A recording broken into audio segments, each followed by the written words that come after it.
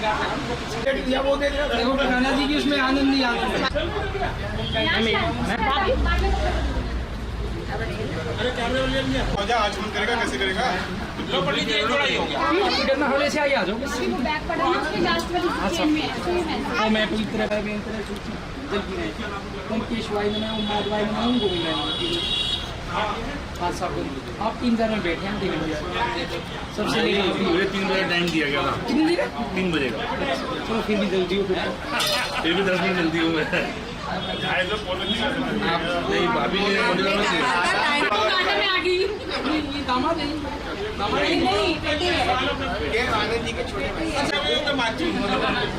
जो बिल्कुल सुख शांति से बैठे वो ससुर जी बैठी तो ऐसे बोलेंगे नहीं, और जो थोड़ा बहुत चल पड़ेगा वो भाई गाड़ी से कैसे करना है, जो जिम्मेदारी लेनी वो भाई। वाह सर्वभूतेषु ज्योतिरूपे निसंदिष्टा नमस्तस्यै नमस्तस्यै नमस्तस्यै नमो नमः। बोलिए दीप नारायण भगवान की जय। सचिया जोता वाली माता तेरी सदाई जय हो। दीपो ज्योति परबरम दीपो ज्योति जनार्दन दीपो हर्तु मे पापम दीपो ज्योति नमस्ते शुभम करोति कल्याण आरोग्यम सुख समदम शत्रु बुद्धि विनाशम से दीपो ज्योति नमस्ते। आ जाओ हमारे बच्चे तो सो के चलो नहीं बच्चों का मतलब बहंगिया नहीं ना।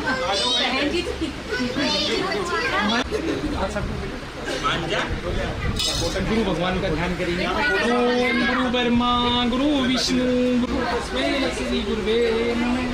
ध्यान मूलम गुरु मूर्ति पूजा मूलम गुरु पदम मंत्र मूलम गुरु वाक् अखंड मंडलाकारं व्याप्तेन चराचरं तत्पदं दक्षिणे तस्मै श्री गुरुवे नमः। हाँ सब गणेश जी का ध्यान करेंगे। गणेश जी हमारे घर में सुख संपत्ति देने वाले हैं और रिद्धि सिद्धि के दाता श्री गणेश जी के ध्यान करेंगे। हरि ओम गणान्त्वा गणपति गुं अवामहे प्रियनान्त्वा प्रियपति गुं गर्भदं मातरं जासी गर्भदं ओम स्वस्ति न इंद्रो वत्सर्वाः स्वस्ति न पूर्वा विश्वेदाः स्वस्ति नस्तारक्षो अरिष्टनेमि स्वस्ति नो बृहस्पतिर्दधातु ओम पे पृथिव्यां पयोधीषु पयोतिपेन्द्रिक्षे नयोदा बृहस्पतिः प्रदिशे सन्तु मय्य। ओम विष्णुवे त्वा ओम अग्नि देवता वातो देवता सूर्यो देवता चंद्रमा देवता वसुओ देवता रुद्रं दौ शांति अंतरिक्ष शांति पृथ्वी शांति रापे शांति रोगदे शांति मुक्ति सामा शांति रेदि ओम शांति शांति सुख शांति भवतु। ओम विश्वानि देशो दुरितानि परासु देवासय्य मादंता ओम प्रतिष्ठे एक वे प्रतिष्ठा नाम यज्ञ सर्व में प्रतिष्ठित भावती ओम विधि श्री सेकाय श्रीमन महागणाधिपते नमो नमः। देखिए जी श्री लक्ष्मी नारायण व्याम नमः। ओम श्री वाणी व्याम नमः। ओम श्री सची पुरंदरा व्याम नमः। ओम श्री विष्णु देवता व्यो नमः। ओम श्री कुल देवता व्यो नमः। ओम श्री ग्राम देवता व्यो नमः। ओम श्री स्थान देवता व्यो नमः। ओम सर्वे तीर्थे व्यो नमः। ओम सर्वे नदी भ्यो नमः। ओम सर्वे ऋषि भ्यो नमः। ओम सर्वे ब्राह्मण भ्यो नमः। ओम श्री पंचलोकपाल देवता व्यो नमः। ओम श्री 10 दिक्पाल देवता व्यो नमः। ओम श्री अतम प्रधान देवता व्यो नमः। देखिए जी देवताओं को चौकी में स्थान दिया हुआ। अब काम का लोकजन जय ओंकाराय नमो नमः। अब छोड़ते रहना। श्री ओंकार देवता व्यो नमः। ब्रह्मा जी का ध्यान करेंगे क्योंकि सृष्टि को रचने वाले ब्रह्मा जी हैं। ओम ब्रह्मा नाम से गायत्री से श्री ब्रह्मे नमः। भगवान विष्णु का ध्यान करेंगे। केशव पुंडरीकाक्षं मणि सहितं देवं श्री विष्णवे नमः। माँ लक्ष्मी का ध्यान करेंगे। पूजन करेंगे। ये उंगली नहीं लगेगी क्योंकि ये गुरु की उंगली होती है ना, ये गुरु की है। जैसे बाबू ने पुखराज धारण किया हुआ है, पुखराज ही है ना ये। श्री सत्य लक्ष्मी नमः। ओम श्री सौभाग्य लक्ष्मी नमः। ओम श्री काम लक्ष्मी नमः।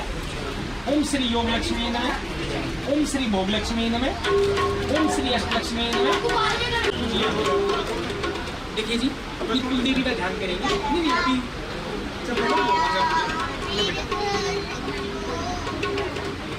अपनी कुल देवी का ध्यान करेंगे और 16 माताओं का ध्यान करेंगे। इस 16 माताओं की सभी माताएं ओम गौरी पद्मा सती मेधा सावित्री विद्या जया देव शिवा सौदा सवा मात्रो मात्र हस्ती पुष्टि देवता आदो विनायक पूजन मात्र के ओम से 16 मात्र के वेद में पूजियामी। देखिए जी, ये कहते हैं जहाँ भी भगवान का नाम होता है कथा होती है वहाँ सूक्ष्म रूप में हनुमान की जरूरत है, क्योंकि हनुमान जी ऐसा है मंगल भगवान भी वो काम करते हैं, क्योंकि जो भूमि प्रॉपर्टी का काम करती है, गाड़ी घोड़े का काम करती है, उसको विशेष रूप से हनुमान जी की पूजा करती है। अगर काम काज चल रहा हो तो 8 मंगलवार 8 रोटी रख के गाय होती है तो 27 का काम किया। ओम श्री बुद्धाय में बुद्ध भगवान से बुद्धि दी। ओम श्री गुरुवे में एक आजरा ऊपर है ना, बुद्ध भगवान अपनी पिता थे। ओम श्री शुक्राय में शुक्र भगवान निरोगी कह रहे थे। ओम श्री श्रेष्ठाय में सभी भगवान व्यापार बढ़ाए। ओम श्री रावे में राहु जाऊ में बनते। ओम श्री केतवे में केतु कुल में उन्नति करे। बस गहरा देवताव्या निस्ताव्या देखिए जी, ये कहते हैं कि गौ माता के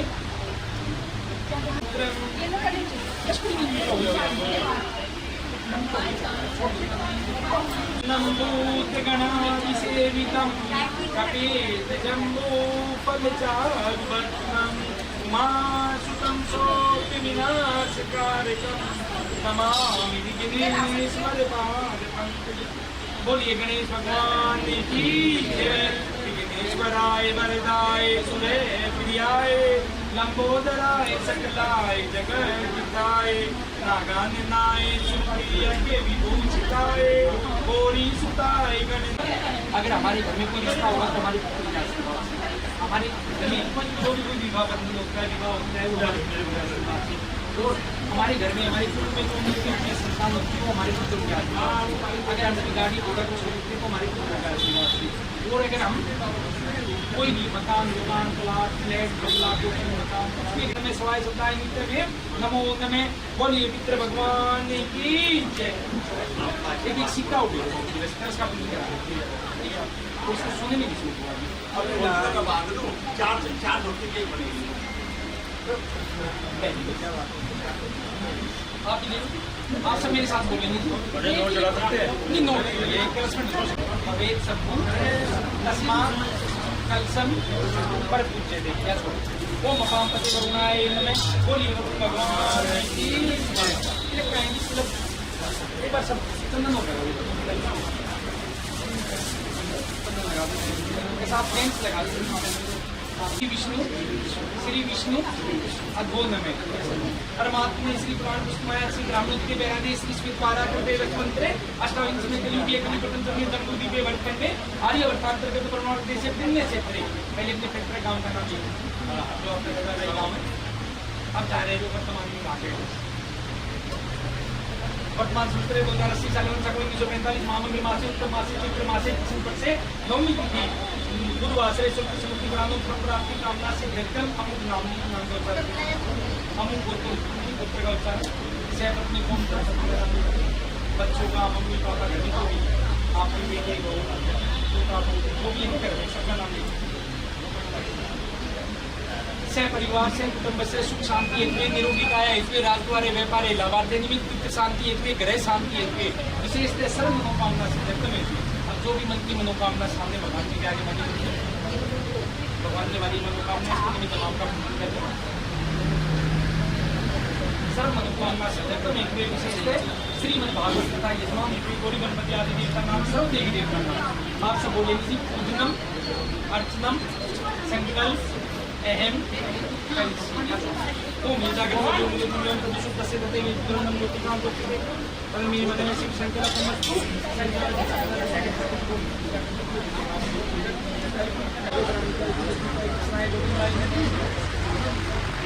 भैया गरीब कुमार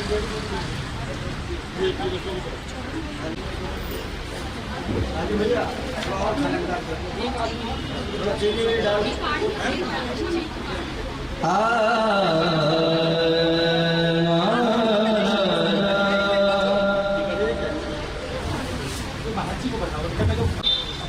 यहाँ पे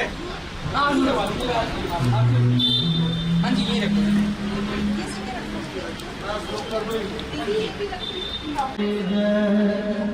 ध्यान मूलम गुरुमूर्ति पूजा मूलम गुरुपदम मंत्र मूलम गुरुर्वाक्यम मोक्ष मूलम गुरुकृपा।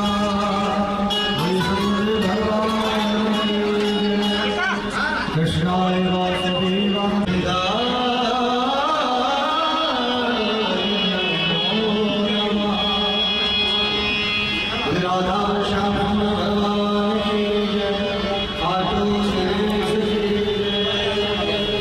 अनंत रसम श्री संत हनुमंतलाल जी महाराज की जय। जयंती मंगला भागवत भगवान की जय। आइए सबसे पहले बाबा गणेश को मनाएंगे।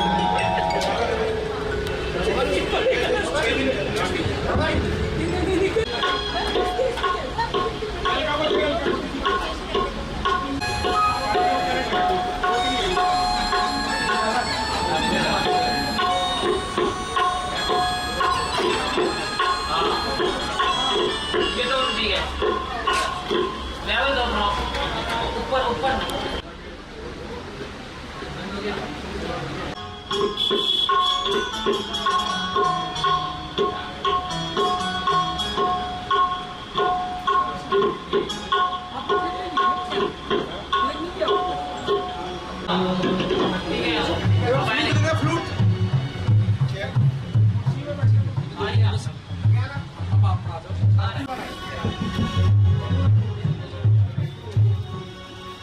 ओम चंद्रस्य महत्पुण्यं पवित्रं पावनासनं आपदामहत्वे नित्यं लक्ष्मीश्च संकीर्तनीयम्।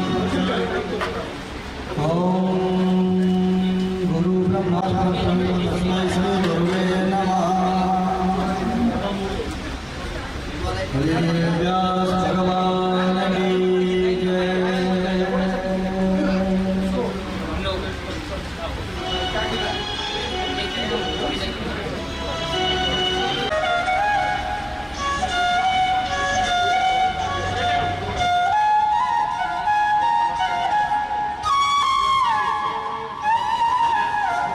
रिपोर्ट करना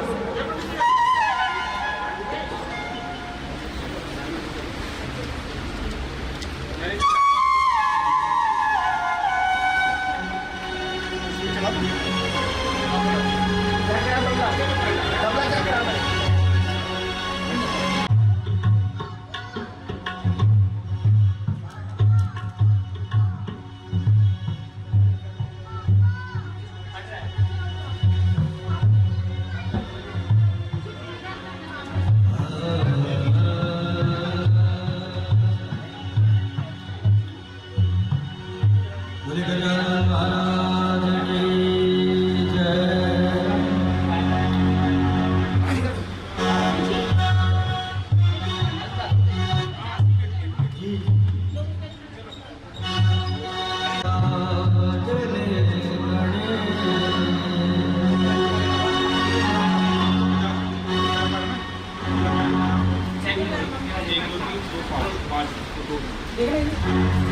भैया शिवाजी का मैच देखो ये थोड़ा कम कर दो, इसको कम करो, आगे थोड़ा कम करो।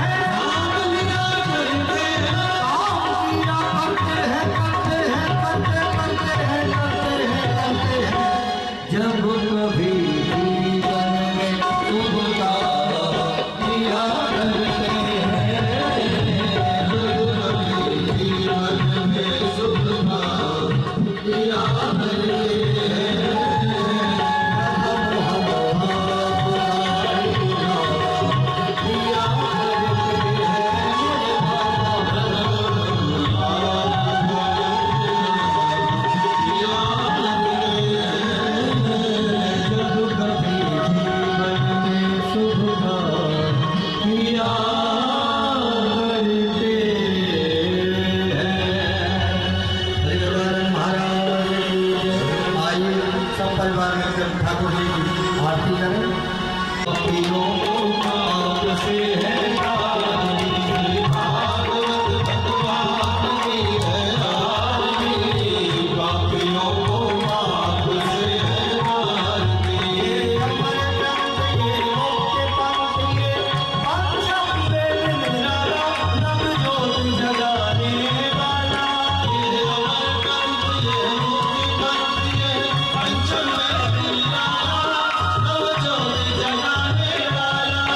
हरि नाम यही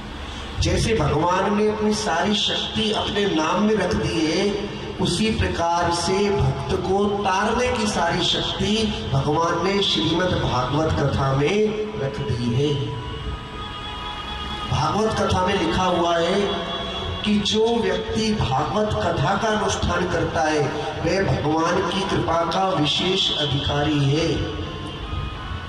एक जन्म के पुण्य से कोई भागवत कथा को नहीं सुन सकता, बल्कि अनेकों जन्मों के पुण्य जब संचित होते हैं तब जाकर व्यक्ति को भागवत कथा सुनने का अवसर प्राप्त होता है। आप लोग सोचते हो कि आप अपनी इच्छा से आ गए हो भागवत कथा सुनने, ये तो बांके बिहारी ने आपको निमंत्रण देकर आपका कल्याण करने के लिए आपको बुलाया है। देखिए, भीड़ वहां नहीं होती जहां मोक्ष का द्वार होता है, भीड़ भगवान की माया में होती है, क्योंकि अधिकांश लोग भगवान की माया में फंसे रहते हैं। लेकिन मायापति के मार्ग पर तो बिल्कुल भीड़ नहीं है, मायापति के मार्ग पर तो कोई कोई ही चल पाता है। ऐसी श्रीमद् भागवत कथा है, जो इसे प्रेम से सुनते हैं वह जीवन में भगवान की कृपा से भगवान के धाम के उत्तराधिकारी बन जाते हैं।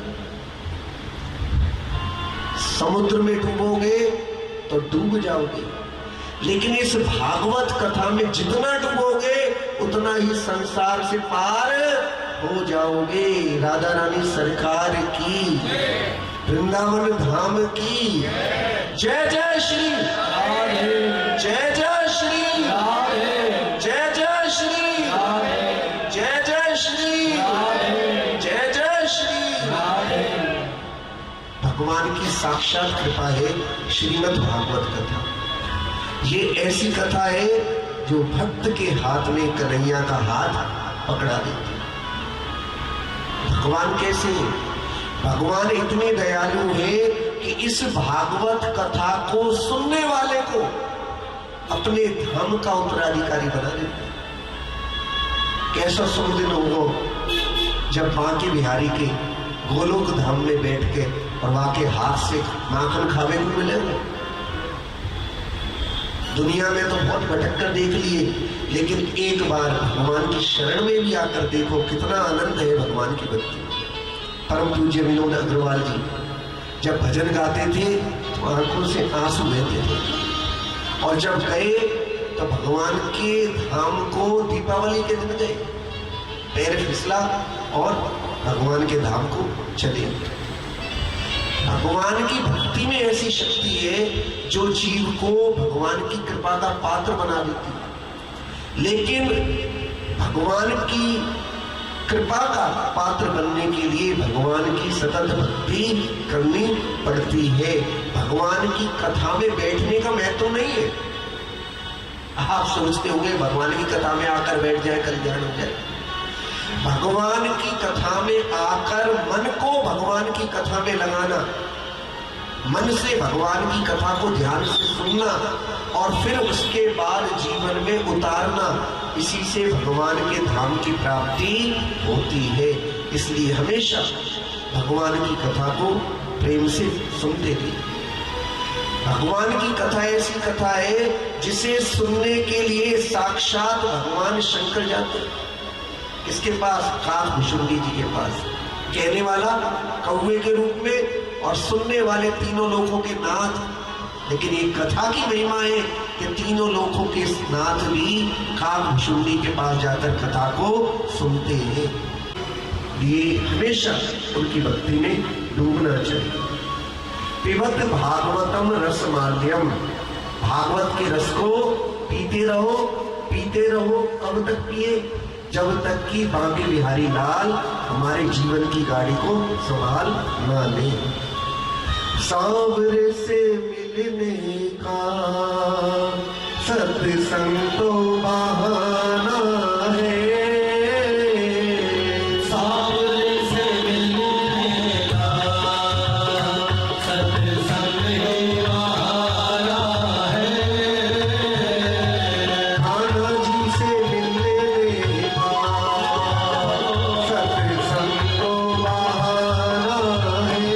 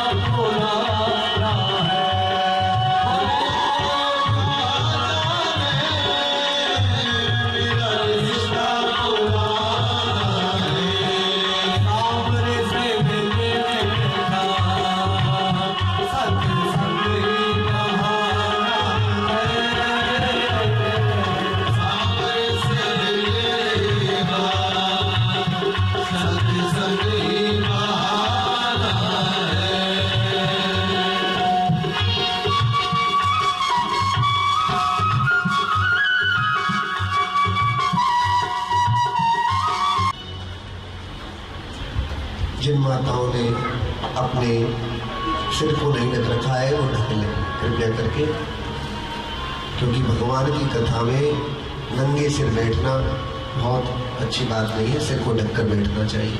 और हमारे कलाकार भाई भी ध्यान दें थोड़ा सा, जब हम कह रहे हैं सबके लिए वो बात। हमारे एक तो कन्हैया के सखाई बैठे हैं वाले हमारे अमन सुख, और अपने सिर को ढककर बैठे। बोल बांके बिहारी लाल की, गौ माता की एकादशी आज ही है क्या? फिर एकादशी का प्रभाव तो आज ही हो गया, किसी के मुख से जय जयकारी नहीं निकल। बांके बिहारी लाल की, गौ माता की जय जय श्री, जय जय श्री, जय जय श्री। आगे भागवत कथा में गोकर्णोपाख्यान है। पंडित आत्मदेव जी परम विरक्त है, ब्राह्मण है, वैष्णव है, जीवन में सब कुछ है, लेकिन जीवन में एक कमी है कि कोई भी संतान नहीं, हर समय चिंतित रहते हैं। घर से बाहर भी निकलते हैं तो पड़ोसी भी ताना दे देते, भैया चलो घर के भीतर आज काम नहीं बनेगा, आज इस निपुते का मुख देखिए। एक दिन इतने व्यथित हुए कि लोगों के उल्हानों से तंग आकर वन के रास्ते पर चले गए। जब वन में पहुंचे तो वहां एक संत के दर्शन किए, संत को सिर झुकाकर प्रणाम किया। देखिए भागवत जी में सिर झुकाने की, प्रणाम करने की बहुत भारी महिमा है। आपको मालूम है जब हम किसी बड़े बुजुर्ग को, किसी संत को, किसी भक्त को प्रणाम करते हैं तो हमारी सारी चिंताएं गिरकर संत के भक्तों के चरणों में लीन हो जाती। माथे में जो चिंताएं होती ना सिर में, सारी चिंताएं संत के और भक्तों के चरणों में गिर जाती हैं। इसलिए जीवन में आदत डाली। इस सृष्टि में हर व्यक्ति हर एक को नहीं जानता, लेकिन जिसके माथे पर तिलक हो, संत के स्वरूप में हो, जिसको देखने से हमें लगे कि ये भक्त है, तो राधे राधे कहने में सिर झुकाकर क्या जाता है। लेकिन इतना जरूर है कि जब आप संतों और भक्तों को प्रणाम करोगे तो यदि उनके मन में आपके लिए प्रेम और आपकी कल्याण की भावना जाग गई तो बिन मांगे ही आपको आशीर्वाद मिल जाएगा। भागवत जी में प्रणाम करने की भारी महिमा है। सिर झुकाकर प्रणाम कीजिए। आजकल तो लोग पैर भी छूते हैं तो घुटने तक आ जाता है और आशीर्वाद भी घुटनों में ही दे रहा है। इसलिए नकली प्रणाम नहीं करना चाहिए, सिर झुकाकर और पैरों की अंगूठी को स्पर्श करना चाहिए। लेकिन माताओं बहनों से एक बात हम बड़े विनम्रता पूर्वक कह दें, कोई भी संत हो, भक्त हो, वैष्णव हो, कथावाचक हो, आदरणीय हो, लेकिन किसी भी संत को, भक्त को, किसी भी कथावाचक को उनके पैर नहीं छूने चाहिए, दूर से ही प्रणाम करना चाहिए। किसी के भी पैर नहीं छूने चाहिए, बहुत निषेध है। माताओं बहनों को पैर नहीं छूने चाहिए, हमेशा दूर से प्रणाम करो। लेकिन सास ससुर के पैर छूने चाहिए। सास ससुर के छू सकते हो, क्यों? क्योंकि वो माता पिता है। लेकिन कोई भी कितना भी महान हो, लेकिन उनके पैरों को स्पर्श मत किया करो। हमारे वृंदावन में तो ऐसे ऐसे संत हैं जो दूर से ही अगर पास भी आ जाए तो रोक देते, भैया वहीं से प्रणाम करो आप। उनका अर्थ ये है कि जब हम जीवन में आ गए और राधा रानी हमारी इष्ट है तो राधा रानी की गोपियों से हम पैर कैसे छुआए? राधा रानी ही तो है आप लोग, और राधा रानी से पैर कौन छुआता है? राधा रानी के तो पैर छुए जाते हैं। इसलिए माताओं बहनों से सभी से निवेदन है कि कभी भी संतों के, भक्तों के, ब्राह्मणों के पैर नहीं छूने चाहिए, बल्कि दूर से ही प्रणाम करना चाहिए। ये बात आपको शायद अच्छी ना लग रही हो, क्योंकि आपने ज्यादातर जीवन में यही देखा है कि बड़ों के पैर छूने चाहिए, दूर से प्रणाम नहीं किया। लेकिन वास्तव में बात यही है कि हमें दूर से ही प्रणाम करना चाहिए। जब प्रणाम पास बुलाया, बेटा किस लिए दुखी हो? कहने लगे पंडित आत्मदेव जी, गुरुजी जीवन में कोई संतान नहीं है। कहने लगे पंडित आत्मदेव को संत, बेटा संतान नहीं है तो क्या हुआ? भगवान की भक्ति तो है, इसलिए जीवन में संतान से सुख मिल जाएगा। ये इस बात का क्या प्रमाण है कि संतान हो और सुख मिल भी जाए? जीवन में सुख मिलता है अपनी भक्ति से, जीवन में सुख मिलता है अपने कर्मों से।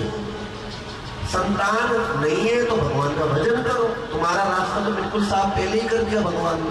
क्योंकि मोह सकल व्याधि में कर मूला, मोह सकल व्याधि में कर मूला, में कर पुनि तुम जहि बहुशूला,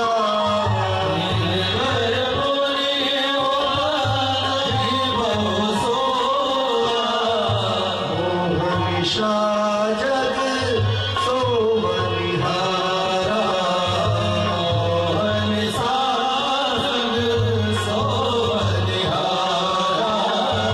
देखई स्वप्न अनेक प्रकारा, देखई स्वप्न अनेक प्रकारा। मोह सारी बीमारियों की जड़ है। मैं और मोर तोड़ते माया, मैं मेरा तू और तेरा, यही माया है। जीवन में हम कितने भी धनवान हो जाएं, जीवन में कितने भी ज्ञानवान हो जाएं, लेकिन मृत्यु और भगवान को कभी नहीं भूलना चाहिए। क्योंकि ज्ञान का भी कितना प्रकाश हो हमारे मन में, लेकिन एक दिन हमें इस संसार से जाना पड़ेगा।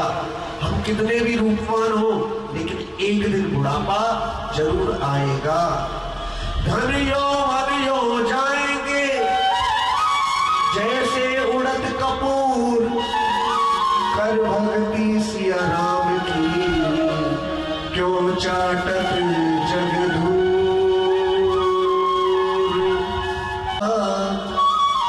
तुलसी इस विपत्ति में एक एक रघुनाथ।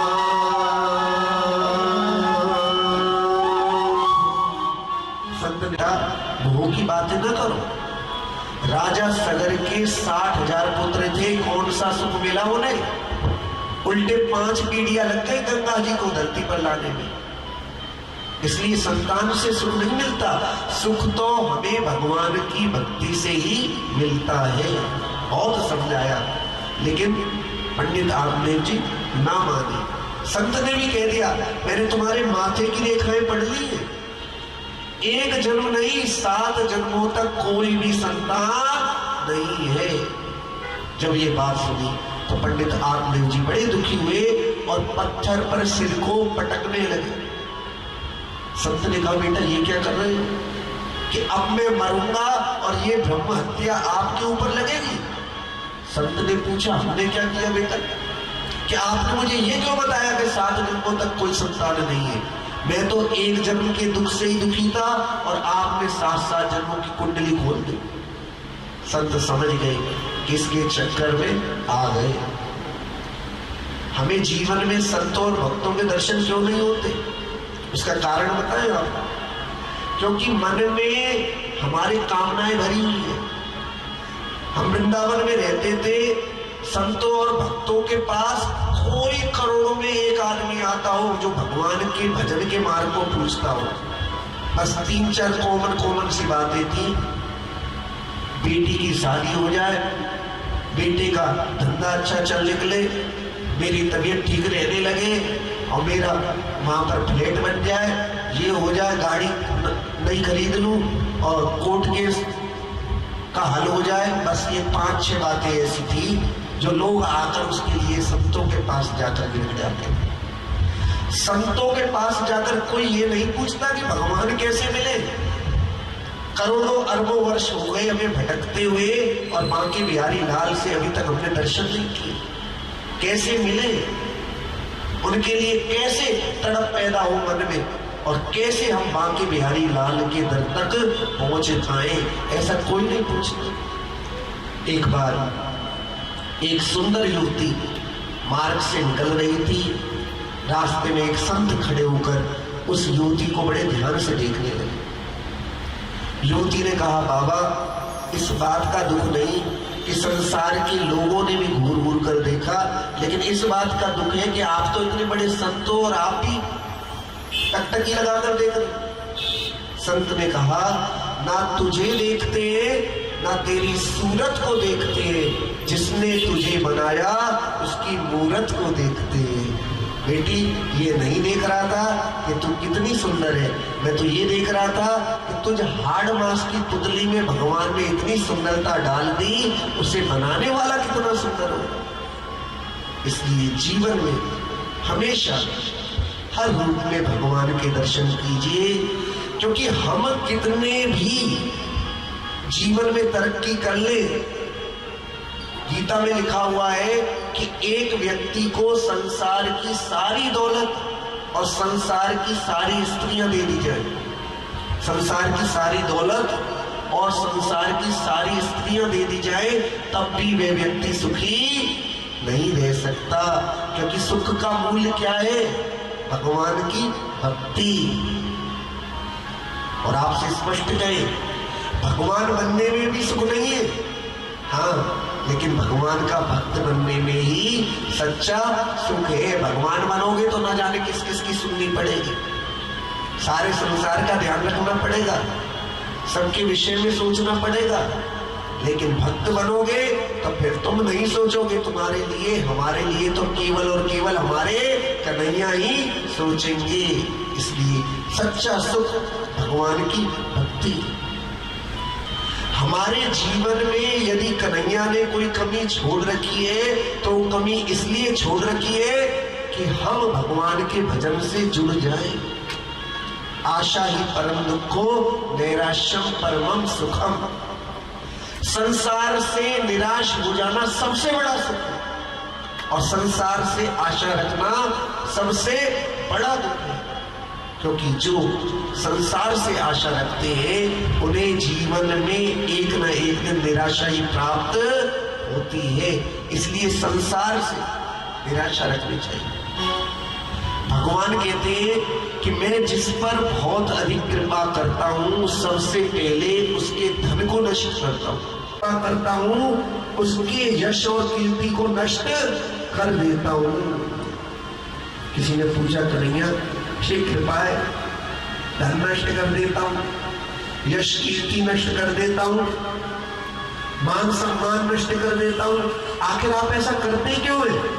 कन्हैया कहने लगे, भैया यही तो वो चीजें हैं जिसमें भक्त का मन अटका रहता है, और जब ये चीजें छीन लेता हूँ तो फिर मेरा भक्त कहीं अटकता नहीं, सीधे मेरे द्वार पर ही जाकर पहुंचता है। बोल बांके बिहारी लाल की। तो राधा रानी, मैया बहनों, कन्हैया चाहिए या कन्हैया की माया चाहिए? तुम्हें क्या चाहिए बताओ? है जी, कन्हैया चाहिए ना। इसके लिए आपको लगातार सत्संग करना चाहिए, क्योंकि जीवन में जो भी बुद्धियां हैं, मन में जो भी भ्रांतियां हैं, मन में जो भी कष्ट है, वो भगवान के सत्संग से ही दूर होंगे। बार बार वर मांगूं हर्ष देहु श्री रंग। तो वो हाथरस के एक भक्त की बहुत बड़ाई करते थे। भैया कभी आप हाथरस आओ और क्या कहते हैं, आपको मिलवाएंगे उनसे। मैं कहा, बहन जी वृंदावन पे हम रह रहे हैं, एक से एक दिव्य संत हैं, हम आपके हाथरस में आए। कहने लगी कि आप ऐसे भक्त से मिले नहीं होंगे भैया। क्या खासियत है थी उस भक्त में? कहने लगी, भैया बहुत बड़े उद्योगपति हैं, दूर दूर तक नाम है, प्रॉपर्टी का कुछ पता ही नहीं, लेकिन उनके जीवन की विशेषता है कि जहां सत्संग होता है, जहां सुंदरकांड का पाठ है, जहां राम कथा है, जहां भागवत है, जहां कोई भी धार्मिक अनुष्ठान है, बिना बुलाए 50-50 किलोमीटर दूर तक पहुंच जाते हैं। पे बड़ा आश्चर्य हुआ मैं कि लोग छोटी छोटी बातों के लिए सत्संग को छोड़ देते। सत्संग के लिए बहन जी चली, रास्ते में सहेली मिल गई, कहाँ जा रही है? वहां पर सत्संग हो रहा है, अरे चल आज कितनी पार्टी है तुझे वहां पर दिखा कर लाऊं। और चले सत्संग के लिए, पहुंच गए क्लब में। बड़ा आश्चर्य हुआ। एक दिन संयोग से हाथरस के अंदर भजन संध्या थी और मन बना के चलो एक बार भक्त के दर्शन तो करके आए, आखिर ऐसा भक्त हमने तो कभी देखा नहीं। जब पहुंचे तो हाथरस रोड पर बहुत बड़ा, हाथरस अलीगढ़ रोड पर बहुत बड़ा मंदिर बनवा रखा था। वहां पर खड़े मिले सत्यनारायण भूटिया जी और उनको प्रणाम किया। पूछने लगे हम उनसे कि सत्यनारायण जी आपके बारे में लोग कहते हैं कि आप जीवन में कार्यों को भगवान के भरोसे छोड़ देते हो और ये सब चलता कैसे आपका कारोबार? कहने लगे भैया जब मैं आया था यहाँ पर तो मेरे पास कुछ भी नहीं था, लेकिन मैंने जीवन में एक नियम बनाया कि मर जाऊंगा लेकिन भगवान की कथा, सत्संग, सुंदरकांड, कीर्तन को नहीं छोड़ूंगा। और जब मैंने ये नियम बनाया तो बार बार मुझे कष्ट हुआ, लेकिन मैंने भगवान की भक्ति के मार्ग को नहीं छोड़ा। आज मेरी कितनी फैक्ट्रियां चलती हैं, मेरे पास कितना धन है ये मुझे भी नहीं पता, सब भगवान ही चलाते हैं। मैं भगवान की कथा सुनता हूं और भगवान मेरे कार्य को करते हैं। जीवन में जब ऐसी निष्ठा आ जाएगी सत्संग के प्रति, तब जीवन में भगवान हमसे बिल्कुल भी दूर नहीं है। और भक्त क्या कहेगा? मेरा आपकी कृपा से